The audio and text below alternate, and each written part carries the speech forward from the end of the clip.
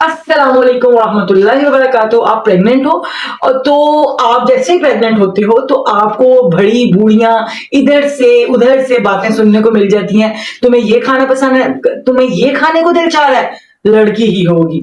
तुम्हें ये पहनने को दिल चाह रहा है, लड़का ही होगा। पेट का साइज इस तरह का है, ये लड़की ही होगी। पेशेंट जो है वो इस तरह का मिजाज हो गया तो ये लड़का ही होगा।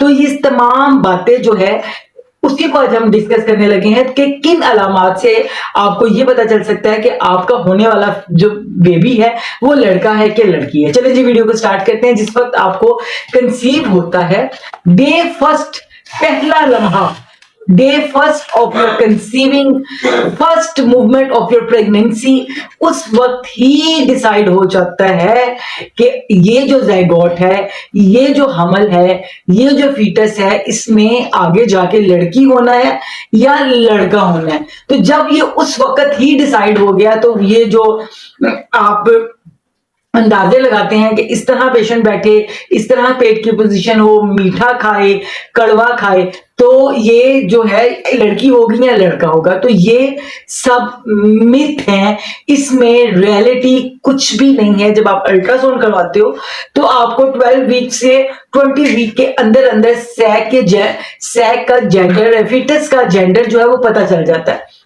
वो डिसाइड हो जाता है। लेकिन विदाउट अल्ट्रासाउंड जितने भी अंदाजे लगाए जाते हैं वो सब मिथ्स होते हैं। उस सब के ऊपर कुछ लोगों के साथ ऐसी बातें कही जाती हैं तो वो पूरी हो जाती है, तो वही बात मिथ बन जाती है और वो बस चलती रहती है।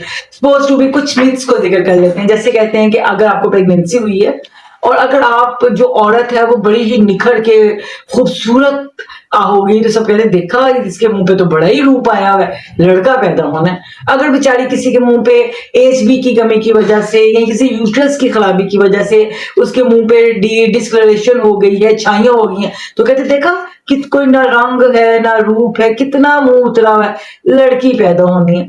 अगर किसी को बहुत ज्यादा मीठा खाने को दिल चाहता है और वो बहुत ज्यादा मीठा खाती है तो मिथ्स में कहा जाता है कि इसको लड़का ही पैदा होगा, क्योंकि लड़का, जिनको मीठा खाने का शौक होता है उनके घर लड़के पैदा होते हैं। और जिनको तुर्श चीजें, बहुत ही खट्टी चीजें खाने को दिल चाहता है तो माएँ, बुढ़ियां, माइयां, दादियां कहा उनको ये कहती हैं कि तुर्श चीजें खा रही है तो इसको लड़की ही पैदा होगी।